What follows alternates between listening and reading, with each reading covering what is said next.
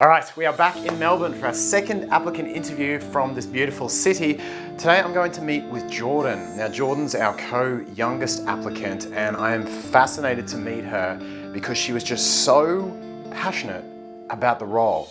Of all the 223 candidates she was emailing, she was saying, hey, I can't wait to do this. Hey, I've been looking into heaps more coaching stuff for myself. So she's shown a lot of enthusiasm and passion. I'm really excited to go and meet her and see what she's all about. So let's head on downstairs, shall we? So because of her age, she may not be as relatable as some of the other candidates. So I'm going to be really interested to see, what experience she does have, how she could grow and learn from it. And then we're going to take her out and give her a bit of a test run. Hello. Hello. How are you going? How are you? Lovely to meet you. Just checking yourself out, wait. What is this? This is a flower that I made for you. I got a flower. Wow. Look at that. I got a flower. That's adorable. How are you going? Good. How are you? I'm really well. Okay, I am here with Jordan. Jordan, thank you so much for coming in. No worries. Thanks for having me. Really appreciate you taking the time. It was a decent drive up here for you. Yeah, I was definitely looking forward to it though, so it's all good. First thing that struck me about you, which was right throughout this audition process, was how freaking keen and passionate you were for it. I am. Of all the candidates, Yeah. you were the one, I use harassing in a good way, harassing me the most to go, look, I'm looking forward to this interview, I'm looking forward to the next opportunity, hey, when will I know if I got through the next round? You were so passionate about it. You're a young woman. What makes you so passionate about this role? I think that this is really what I've been looking for ages. Like I said, I kind of, dabbled in starting my own channel and stuff like that. And it's cool to be able to meet up with someone who's obviously already on the path and, you've already, been doing this for so long. And I feel like I can learn so much from that and not only be helpful to you, but, obviously in future, it's going to be really great. Like, I just feel like this is the next step that I need in my life. So what's made you feel like this is part of your journey? Is there something, I know you talked a bit about social anxiety in your past. Yeah.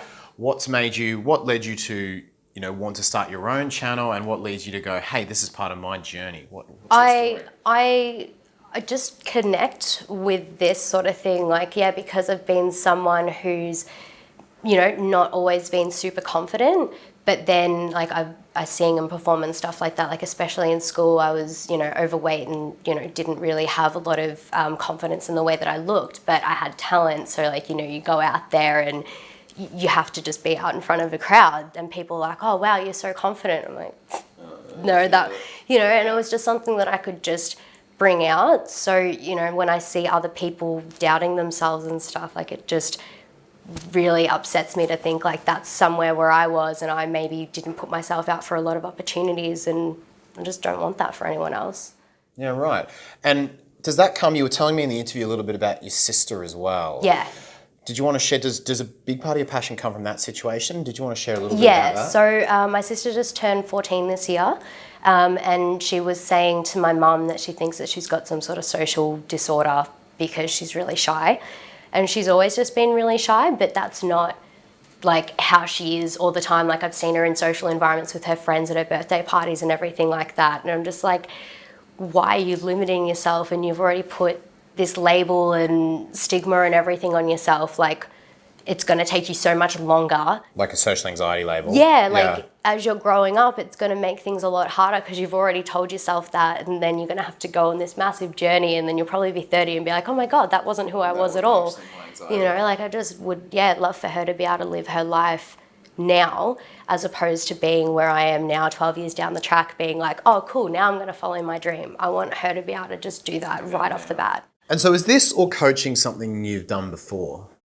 I think that I give a lot of advice to people when like they ask me for it and I always feel like who am I to give advice because I'm just living my life and I've got my issues but people I think we all get that. Yeah. I certainly get that. Yeah, you get really like self-conscious and you're like, why would you want to know what I'm doing? Like, but people are really relating to stuff that I've said and, I do get a lot of people that are like, you should do life coaching or something like that. You're really positive and you can really bring that kind of inspiration to people.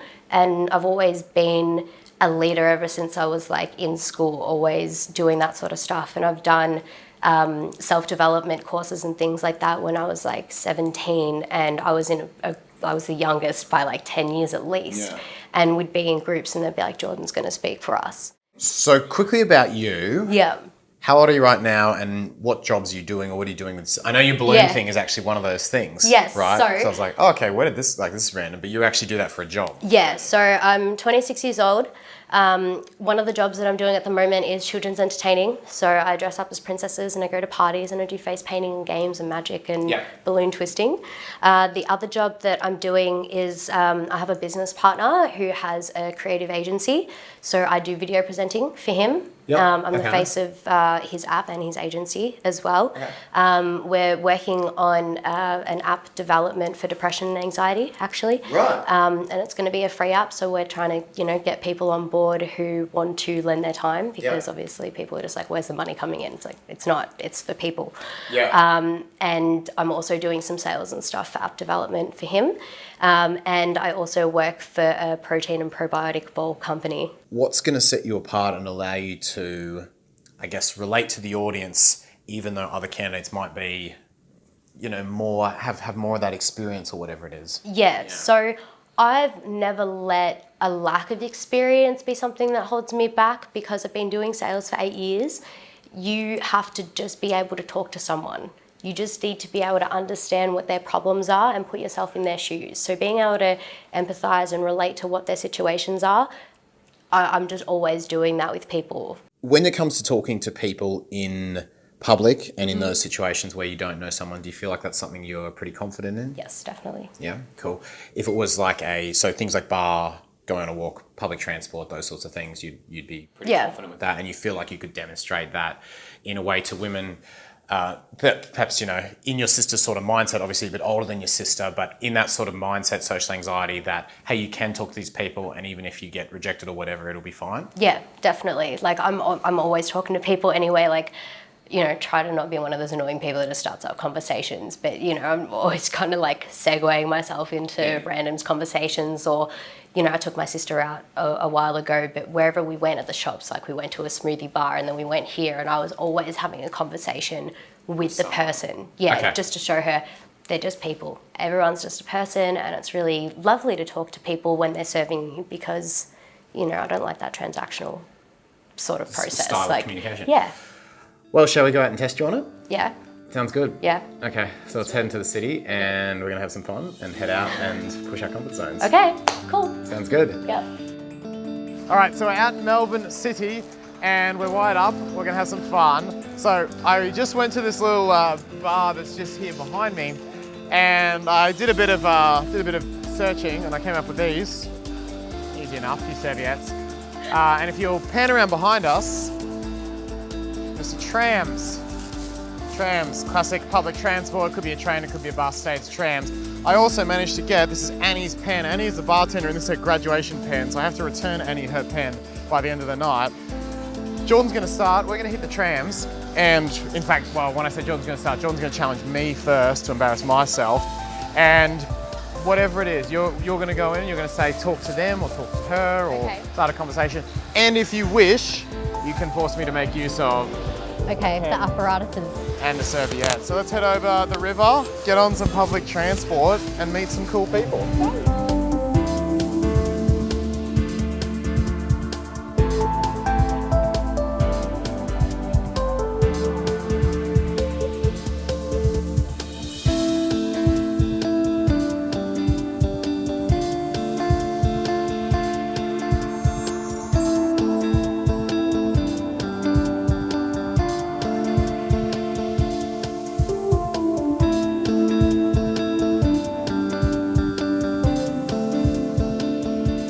Do you want me to do something in particular? Maybe just get her to recommend a bar. Like, say that you're like near Melbourne and you want to like be able to go out. Can I ask you a question? Yeah. Bar suggestions. So I'm basically just here for the night with a couple of friends. Okay. And we're looking around for places to basically explore around the city on the free trams, take full advantage of this epic public transport, and have a good night. What would you recommend? Do you know? Oh, are you local? I should probably ask you everything. You're like, I have no idea. You're giving me that I have no idea look right now. I bloody knew you were going to say that. Where are you from? Germany? We want to go to So none of you have any idea what you're doing. She's Dutch from yesterday. Yeah. Yeah, right. And the holy moly. I'm not from here again, so Okay. yeah. Inside meeting one. Oh, that'd be fun. Yeah, wow, I envy your life. Right. Oh well, enjoy it. And yeah, I'll see you around. She was nice. Yeah. Standoffish at first, and I had to like lean away from her to get more comfortable.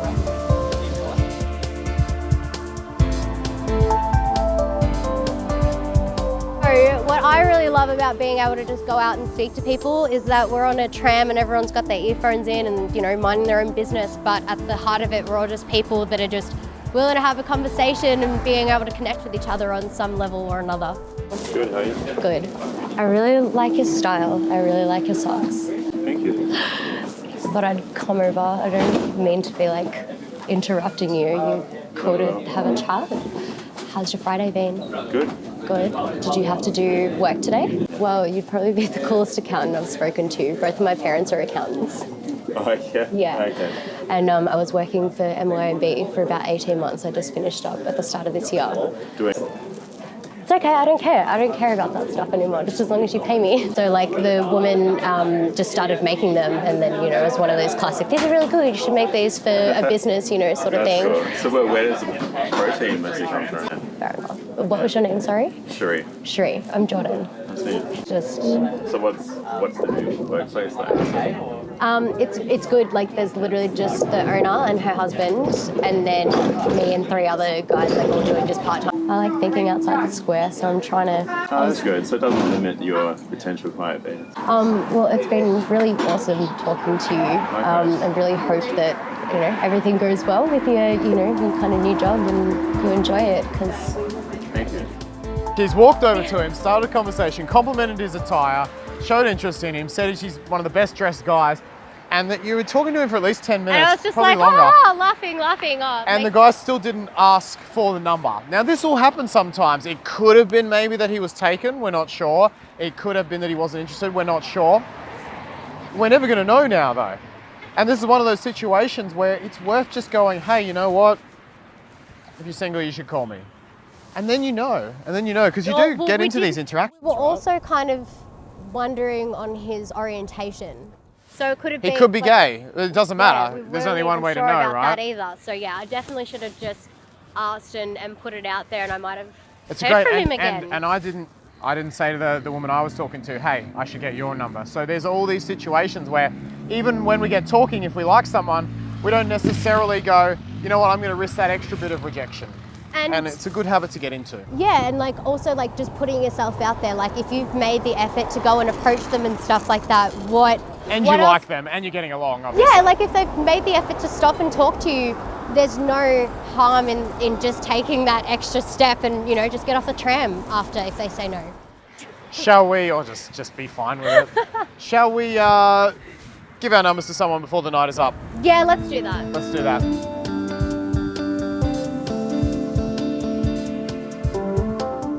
Okay, Jordan, you did a great job on the tram. Thank you. We chatted to some strangers, had some fun. We didn't though make use of Annie's lovely graduation pen, which I'm gonna go and give her back soon. So here's my little challenge for you, and you can make me do this too, we're gonna write our numbers on here, and then, you know, sometimes you're meeting people, you gotta run, right? You don't have time to stick around. Sometimes all you can say is one sentence before you gotta get out of there and you see them go. Pen, paper, or even a scribble, something you can do. You can still do that. We're gonna go in there, we're gonna pick a group for each other, and we're gonna just deliver our number, and that's it, and say, hey, I thought you were cute. Maximum risk of rejection, but you know what? We're not gonna die wondering. Let's go. How's it going? I thought I would come say hi, and I'm not gonna lie, I'm slightly nervous doing this, but I was walking past and I saw your friend here in the window, and I was like, she's cute. I'm gonna say hi to her, or I'm gonna walk past kicking myself the rest of the night that I didn't say hi. So I hope you're having a good night. And so, random fucking serviette, hold on. What am I doing with my life? Are you from Melbourne? I'm actually travelling at the moment. I'm not here for too long. Are you from Melbourne yourself? Yeah. Yeah. I'm actually originally from Brizzy. Nice. But yeah. RMIT pen. What's that? RMIT pen. Yes. RMIT pen. I got this from a friend. Oh. Yeah. Boom, boom, boom. She lives down here. So I'm gonna write my number on here. There's not gonna be any pressure on you. Yeah, you should text me if you're single, and I'd love to take you out sometime. What's your name? Mark. Mark. Did I not write that? Oh, it's illegible. There you Yeah, go. fucking ridiculous. Stephanie, was it? Yeah. Lovely to meet you. And what was your name? Lexi. Lexi. Nice to meet you both. I hope you have a great night and good ice cream, whatever it is that you're eating there. Good night. Hey, sorry to interrupt. I just saw you from over there, and my friends are leaving, but I just wrote my name and my number down on this piece of napkin for you. Oh, If you wanted to message me at some time. Like, it's not just a screwed up, like, it's actually got my name and number on it. messing with that. No, I'm being serious. So yeah, I have to go, but yeah, thanks. All right. I made a promise to Annie I would give this pen back. Oh, thank you. And I give the pen back. Thank you, Annie, for letting me borrow your pen. It's okay. I really appreciate it. Your pen made a big difference to my night. Well, that was good fun, Jordan. Yeah, that was it good really fun. was. You were telling me something on the way back in the tram Yes. that really interested me and was a bit more of your sort of perhaps difficult backstory. Yeah, my kryptonite. Yeah, what was that? So I have fibromyalgia, which is chronic pain, I guess, in my muscles that affects or everywhere, my whole body basically. So nerves and joints and everything. And how has that affected you, and what's been, I guess, the big learning lesson or thing that you can apply from that? Like, how has it changed you? What's it taught you? It's shown me that I'm actually a lot stronger than I thought that I was, like mentally, because I just have to deal with some level of pain every day. So it's just being able to have that mental strength to kind of like get up and on with it.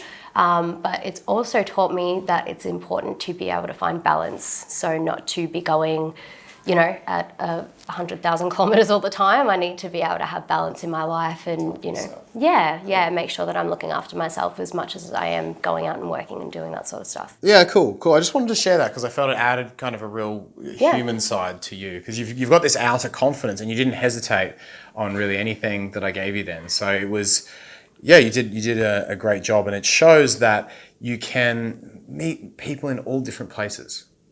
You can start conversations, and if you've got no time, you can even just Hail Mary and give someone your number, and you never know.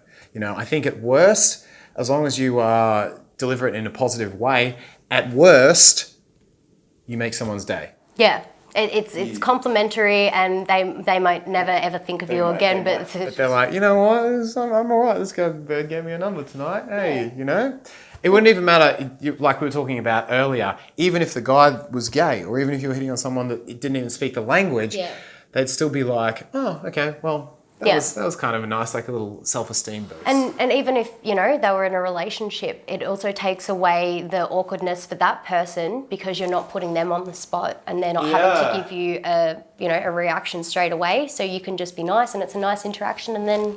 I can actually remember years ago, I gave my number to a woman I met on a bus, and I was like, oh, I don't want to do it, I'm too nervous. And so I was like, bus driver, can you just hold the bus for 1 sec, because it was stopping. I ran up, I was like, hey, I just had to give you this. I thought you were gorgeous. Ran off the bus, and I got a text from her later, and she said, hey, I'm actually in a relationship, but you absolutely made my day. Thank you so much. That was so lovely of you. And it's just speaking your truth. You've got it out there, and... it's not something that's holding, you're thinking about for the rest of your life. Like, what about if I'd done that? Just get it out there. What ifs. Jordan, thank you so much for coming in and giving your time this evening. It's been an absolute pleasure having you. Thank you for watching. Pop your thoughts, comments, questions, etc. Put them all in the space below. Hit that thumbs up button as well, and the big red subscribe button, as you always do. If you don't hit the little bell with it, you won't get the notification, so make sure you hit the little bell too. Thank you for coming in. Thanks for having me. It was an absolute pleasure. We will see you next time. Bye. Our love, when said is free.